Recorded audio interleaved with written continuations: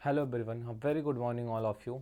दोस्तों, आज के इस क्लास में हम बात करेंगे दलहनी फसलों के बारे में और कुछ उसमें समझने की कोशिश करेंगे। तो आइए शुरू करते हैं हम आज की अपनी क्लास को और देखते हैं क्या है दलहनी फसलें। सबसे पहले इस शब्द को समझने की कोशिश करते हैं। पल्सेस क्रॉप या पल्स किसे कहते हैं या दलहनी फसलें। तो पल्स शब्द जो है ये लैटिन भाषा का शब्द है। किस भाषा का शब्द है? पल्स जो है लैटिन भाषा का शब्द है। ये पुल से लिया गया है जिसका अर्थ होता है कुकेड पोटेज, भुनी फलियां। अर्थात उन पौधों को पल्स की संज्ञा दी गई है जिनकी फलियों को भून कर खाया जाता है। उन्हें क्या कहते हैं? पल्स कहते हैं। जिनकी फलियों को भून कर खाया जाता है उन्हें पल्स कहते हैं या दाल कहते हैं।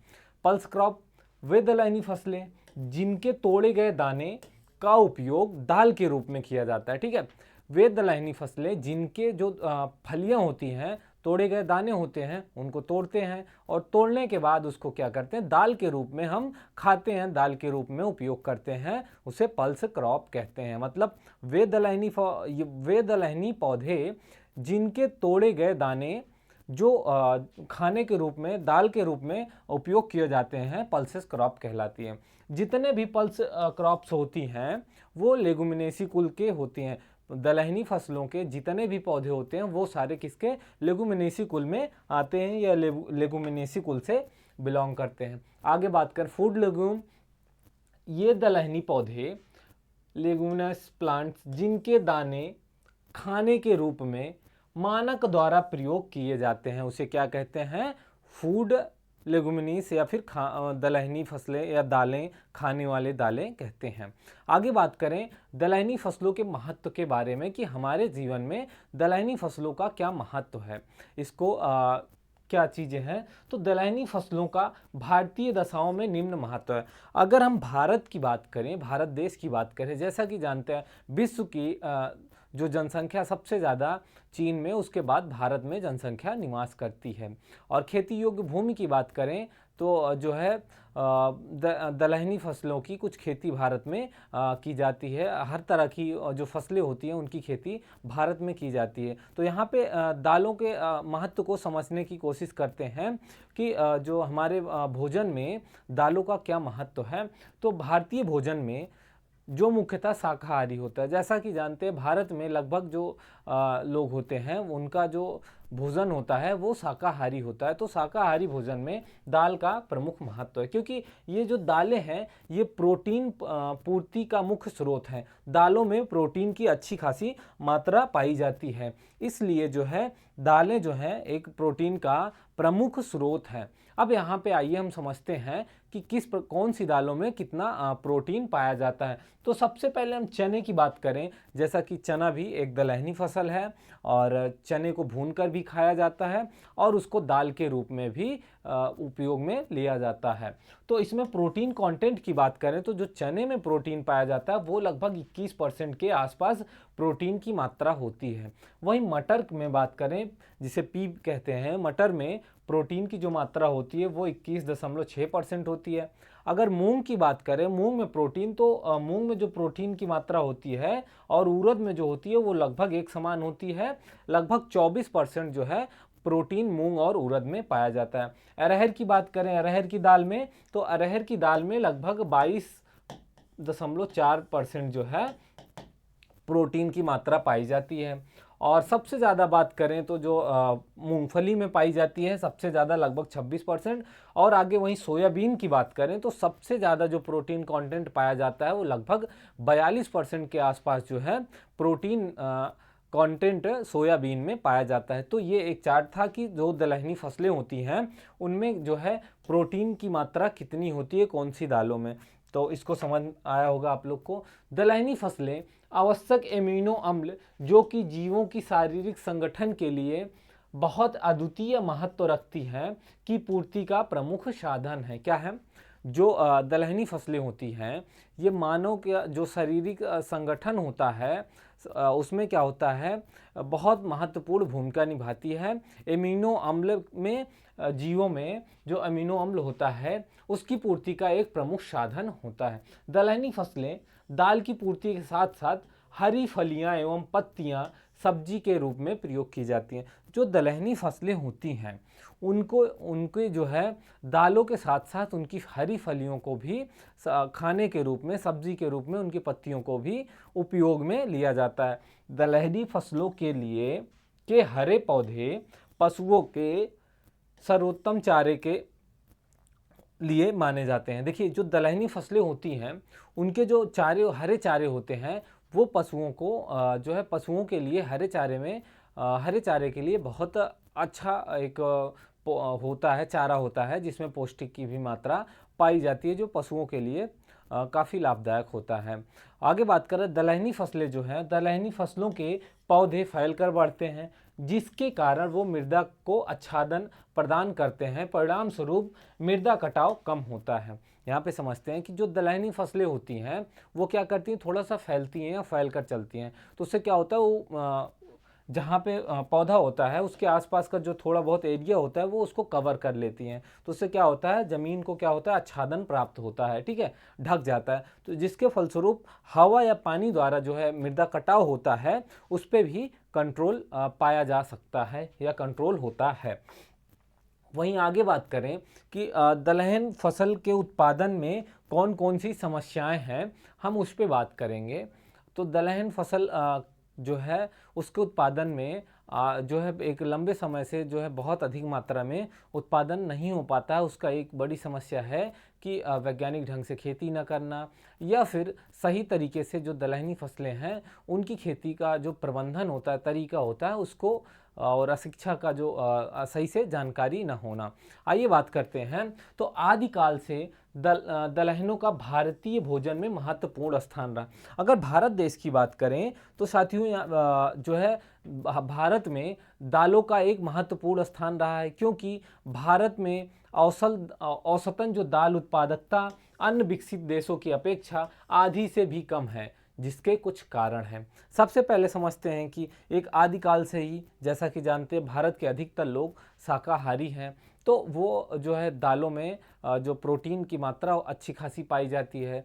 तो दालों का जो उपभोग है वो भारत में एक तरह से बहुत ज़्यादा है। लेकिन यहाँ पे समस्या है कि जो प्रति व्यक्ति जो औसत दाल का उत्पादन है वो अन्य देशों की तुलना में भारत में बहुत ही कम मात्रा में है, मतलब आधी से भी कम मात्रा में है। अब उसके कौन कौन सी विसंगतियां हैं या उसके क्या कारण है जो दलहन उत्पादन में समस्याएं आती हैं या दलहन उत्पादन में बाधाएं आती हैं। तो सबसे पहले बात करें तो जलवायु समस्या का, तो दाल उत्पादन के लिए सबसे बड़ा जो प्रमुख घटक है भारत में कि दाल का उत्पादन कम होना, उसमें जलवायु एक प्रमुख कारण है। तो जलवायु एक प्रमुख कारण, उसका रीज़न क्या है कि दालें जो होती हैं वो जलवायु के प्रति संवेदनशील होती हैं। क्या होती हैं, जो दाल होती हैं वो जलवायु के प्रति संवेदनशील होती हैं। दालें जो होती हैं सूखा, बाढ़, पाला आदि का जो है इन पे बहुत प्रभाव पड़ता है। अगर ऐसी अवस्था उत्पन्न होती है तो वो सीधा दाल के उत्पादन पे इसका जो है काफ़ी प्रतिकूल प्रभाव पड़ता है। भारत में आज भी 90% दलहन उत्पादन क्षेत्र वर्षाधीन है। क्या है, किस तरीके के हैं, वर्षाधीन है, जिनके कारण औसत उत्पादकता कम है। भारत के लगभग जो क्षेत्र हैं दलहन उत्पादन क्षेत्र हैं वे वर्षाधीन क्षेत्र हैं, जिसके कारण उन क्षेत्रों में दाल का उत्पादन काफ़ी कम होता है। जो औसत उत्पादन होना चाहिए, उत्पादकता होनी चाहिए, उस हिसाब से उत्पादन नहीं मिल पाता है। आगे बात करें, उत्तर भारत में बात करें तो उत्तर भारत में पाले का प्रकोप होने के कारण, देखिए जो भारत का उत्तरी हिस्सा है उस क्षेत्र वह जो है ठंडा इलाका है, या फिर उन क्षेत्रों में पाले का प्रकोप अधिक पड़ता है। तो पाले का प्रकोप होने के कारण फसल की जो उत्पादकता है, यानी दाल के फसल की जो उत्पादकता है वह काफ़ी प्रभावित होती है, जिसके कारण दालें जो है या फिर जिसके कारण जो दाल का उत्पादन है वो कम होता है। आगे बात करें तराई क्षेत्रों की, तो तराई क्षेत्र में मृदा आर्द्रता ज़्यादा होने के कारण क्या होती है, जो मृदा में तराई क्षेत्र जो है, जैसा कि हमने उत्तर भारत के उत्तरी हिस्से की बात करी, तो वहाँ पे पाले की समस्या। अगर बात करें तराई क्षेत्रों की, तो तराई क्षेत्र में होता है जहाँ पे मृदा में आर्द्रता ज़्यादा होती है उन क्षेत्रों में दाल उत्पादन करने में जो दाल का एक प्रमुख रोग होता है, दलहनी फसलों का एक प्रमुख रोग होता है जिसे उकठा रोग कहते हैं, उसकी समस्या क्या होती है, ज़्यादा होने लगती है, जो कम उत्पादकता का प्रमुख कारण है। ठीक है, आगे बात करें पश्चिमी भारत की, राजस्थान एवं मध्य प्रदेश सूखे के प्रकोप के कारण उत्पादकता कम है। अगर भारत के पश्चिमी हिस्से की बात करें कि भारत के पश्चिमी हिस्से में दाल का उत्पादकता कम क्यों है, तो जो भारत का पश्चिमी हिस्सा जैसे एमपी हो गया, राजस्थान हो गया, इन क्षेत्रों में, पश्चिमी भारत में या फिर इन क्षेत्रों में अधिक जो है क्या होता है, सूखा अधिक पड़ता है। सूखे के प्रकोप के कारण क्या होता है, दाल की उत्पादकता कम होती है। तो इसको समझते हैं कि जो दलहनी फसलें हैं, दलहनी फसलें इन सब के प्रति संवेदनशील हैं, यानी दलहनी फसलों का उत्पादन करने के लिए जलवायु एक प्रमुख कारण है जो दलहनी फसलों की उत्पादन एवं उत्पादकता दोनों को प्रभावित करता है। आगे समझते हैं उच्च उपज देने वाली प्रजातियों का अभाव। ठीक है, अभी तो हमने समझा कि दलहनी फसलों के कम उत्पादकता का क्या कारण है, वो जलवायु संबंधी कारण है, और जो दूसरा कारक है वो उच्च गुणवत्ता वाली या फिर उच्च उपज वाली प्रजातियों का अभाव। ठीक है, तो दलहनी फसलों आदिकाल से ही सीमित क्षेत्रों पर, सीमांत क्षेत्रों पर उगाई जाती रही हैं तथा इसको जो है मुख्य व्यावसायिक फसल की श्रृंखला में न आने के कारण अनुसंधात्मक स्तर पर दलहनों पर धान्य फसलों की अपेक्षा कम ध्यान दिया जाता है। जो धान्य फसलें होती हैं उनकी अपेक्षा जो है दलहनी फसलों पर कम कार्य किया जाता है, जिसके कारण उच्च गुणवत्ता वाली लागत संवेदी प्रजातियां उपलब्ध नहीं हो पाती हैं। देखिए, आवश्यकता है अगर दाल का उपज बढ़ाना है तो उसके लिए आवश्यक है कि जो दलहनी फसलें हैं उनमें उच्च गुणवत्ता वाली प्रजातियों की खोज करना, और ऐसी प्रजातियों की क्षेत्र विशेष जो है कुछ ऐसी प्रजातियों का चयन करना या फिर उनका जो है खोज करना जो उकठा रोग संवेदी हों, पाला संवेदी हों। तो इन सब चीज़ों पे ध्यान देने की आवश्यकता है दाल की उपज को बढ़ाने के लिए।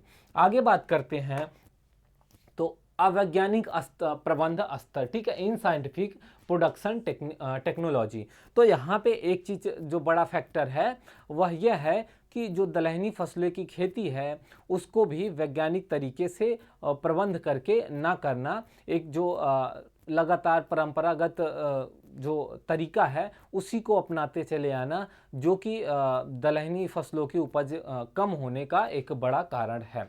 खराब प्रबंध स्तर।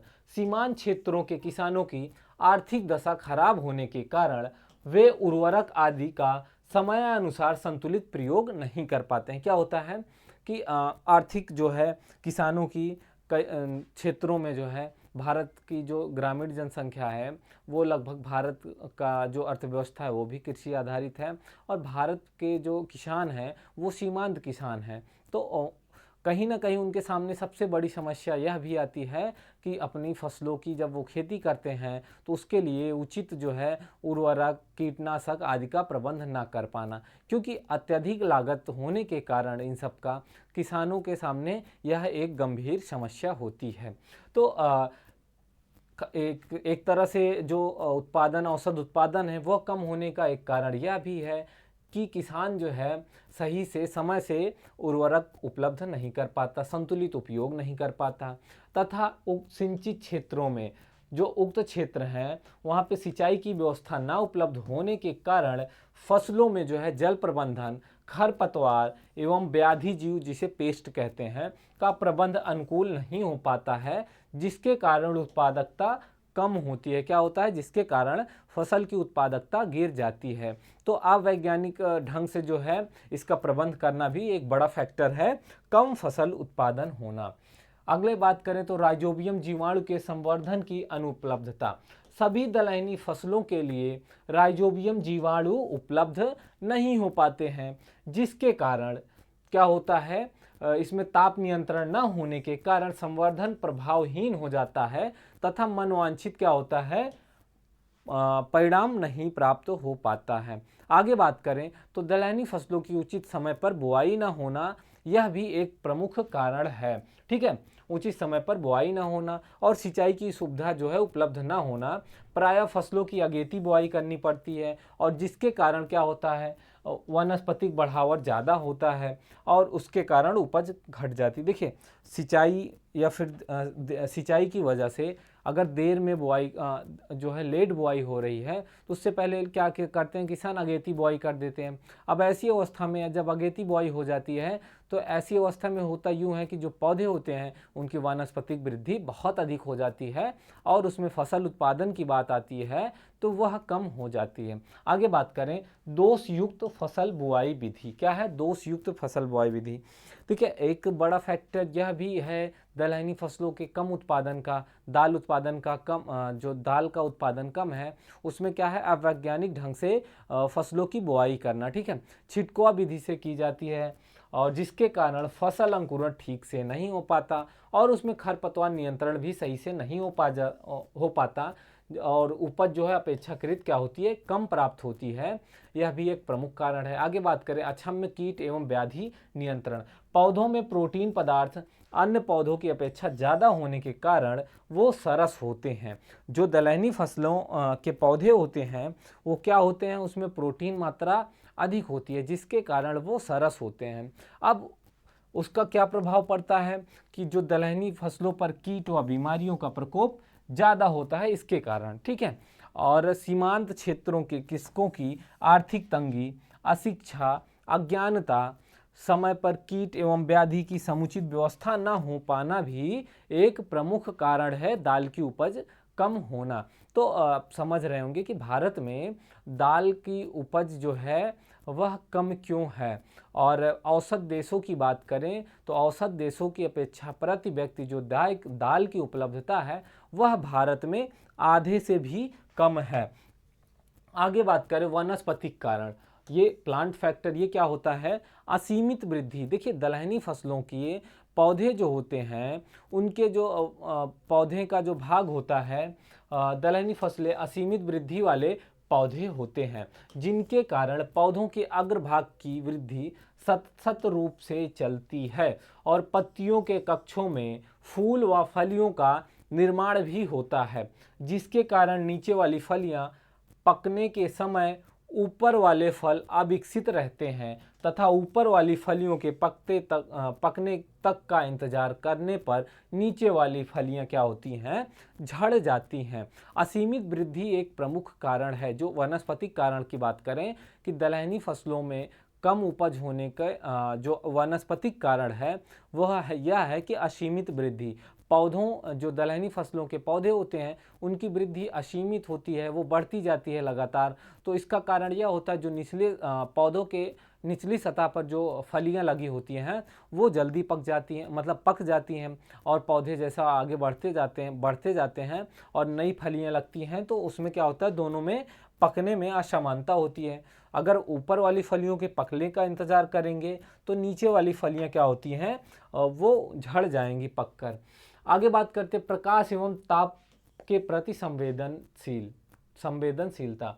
जो दलहनी फसलें हैं ये प्रकाश एवं ताप के प्रति संवेदनशील होते हैं, अर्थात इनमें जो पुष्पन क्रिया होती है वो मौसम पर आधारित होती है। अगर वर्षा पोषित क्षेत्रों में फसल की बुआई सिंचित नमी का उपयोग करने के लिए प्रायः कर दी जाती है। देखिए, जो वर्षाधारित पोषित क्षेत्र हैं वहाँ पे जब नमी को देखते हुए जल्दी जो है वहाँ पे बुआई कर दी जाती है और जिसके कारण क्या होता है, इनकी पौधों की वानस्पतिक वृद्धि अधिक हो जाती है क्योंकि पौधे प्रकाश संवेदी होने के कारण उस समय पुष्पन करते हैं जब उनके लिए उपयुक्त समय मिलता है।